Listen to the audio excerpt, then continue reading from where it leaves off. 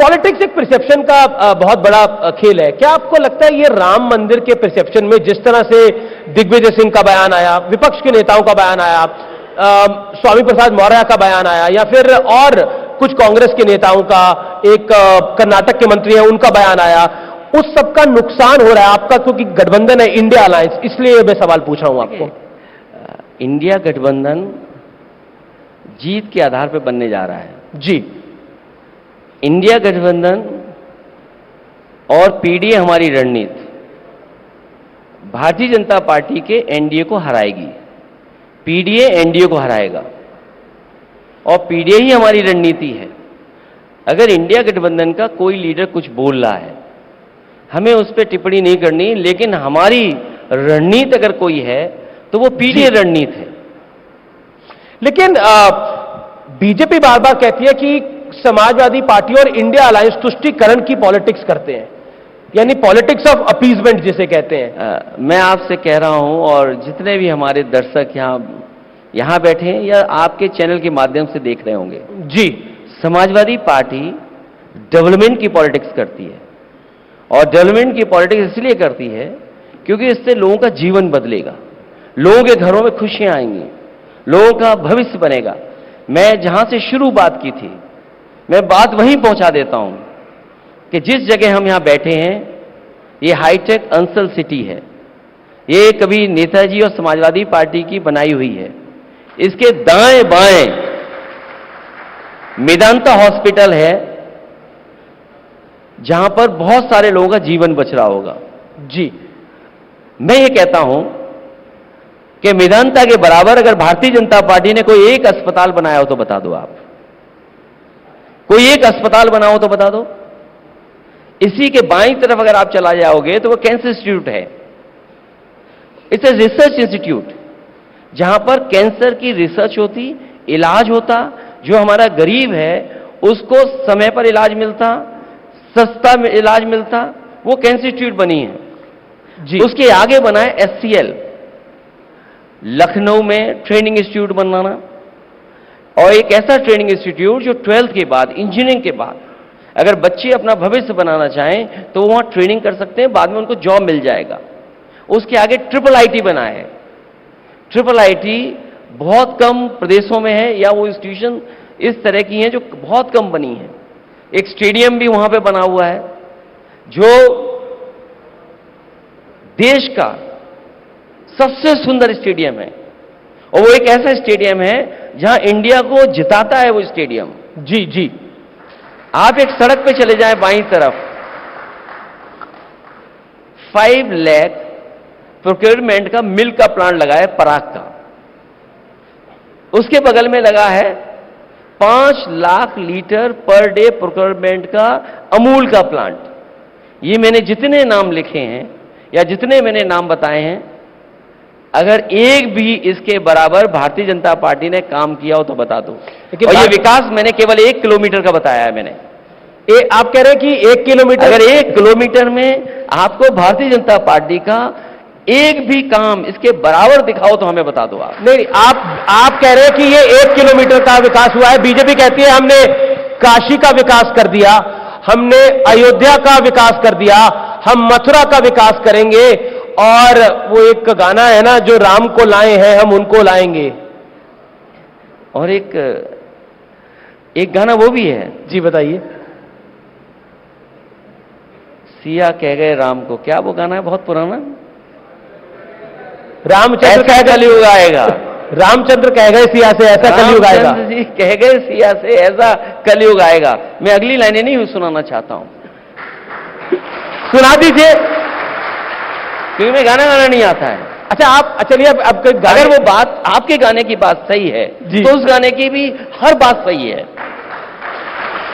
अखिलेश जी, आप देखिए बड़े हाजिर जवाब हैं, ये मैं कहना चाहता हूं। बहुत कम नेता होते हैं जो हाजिर जवाब होते हैं, लेकिन अब गाने की बात चली है, आपको तो भगवान कृष्ण सपने में भी आए हुए हैं। 2022 के चुनाव में मैंने आपका इंटरव्यू किया था।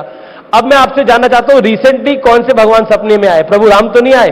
देखिए, मैं आपसे कहना चाहता हूं जी, और बहुत अभी एक मैं इंग्लिश चैनल देख रहा था जी, और देश के बहुत बड़े स्वामी हैं, उन्होंने ये कहा कि कृष्ण का जो रूप है, कृष्ण की जो पॉपुलैरिटी है, उससे बहुत पीछे है भगवान श्री राम।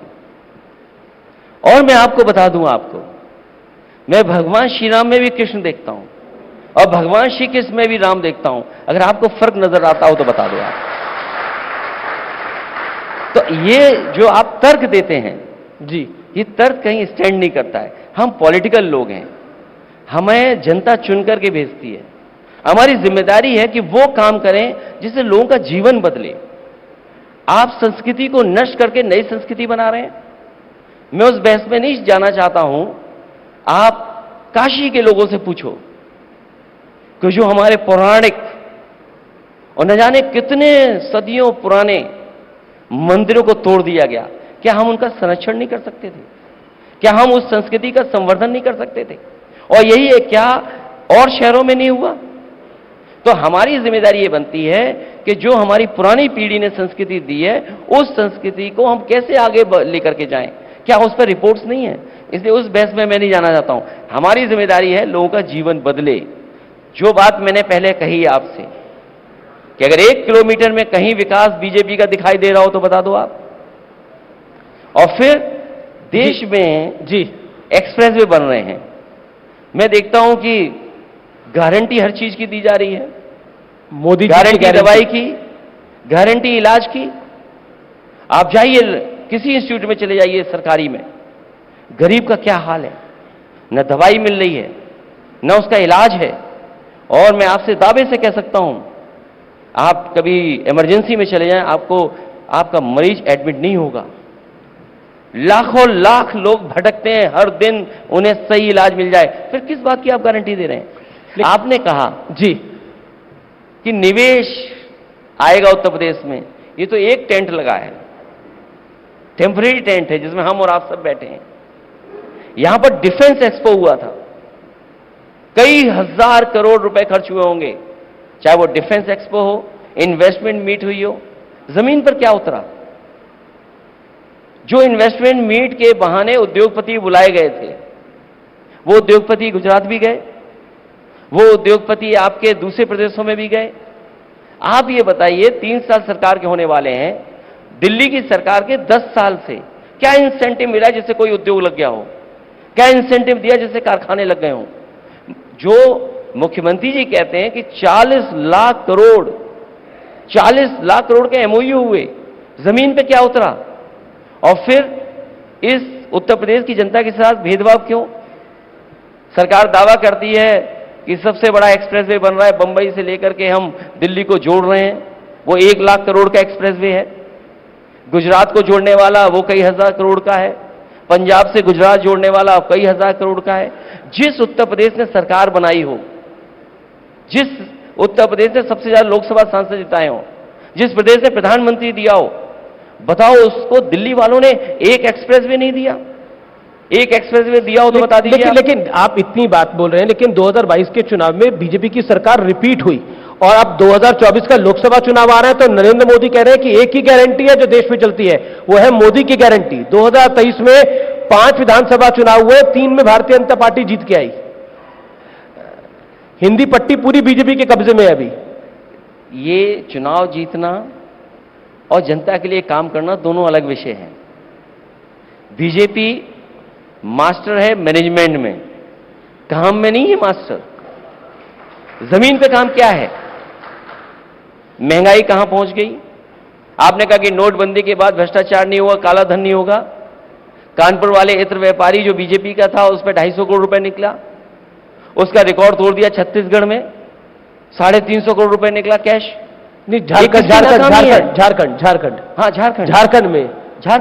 झारखंड में रिकॉर्ड टूटा, जहां पे 350 करोड़। 350 करोड़। तो ये किसकी पॉलिसी की कमी है?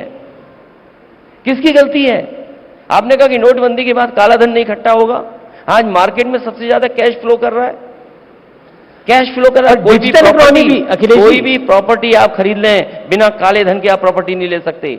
तो आप बताइए, डिजिटल इकोनॉमी भी काफी ग्रो करी है।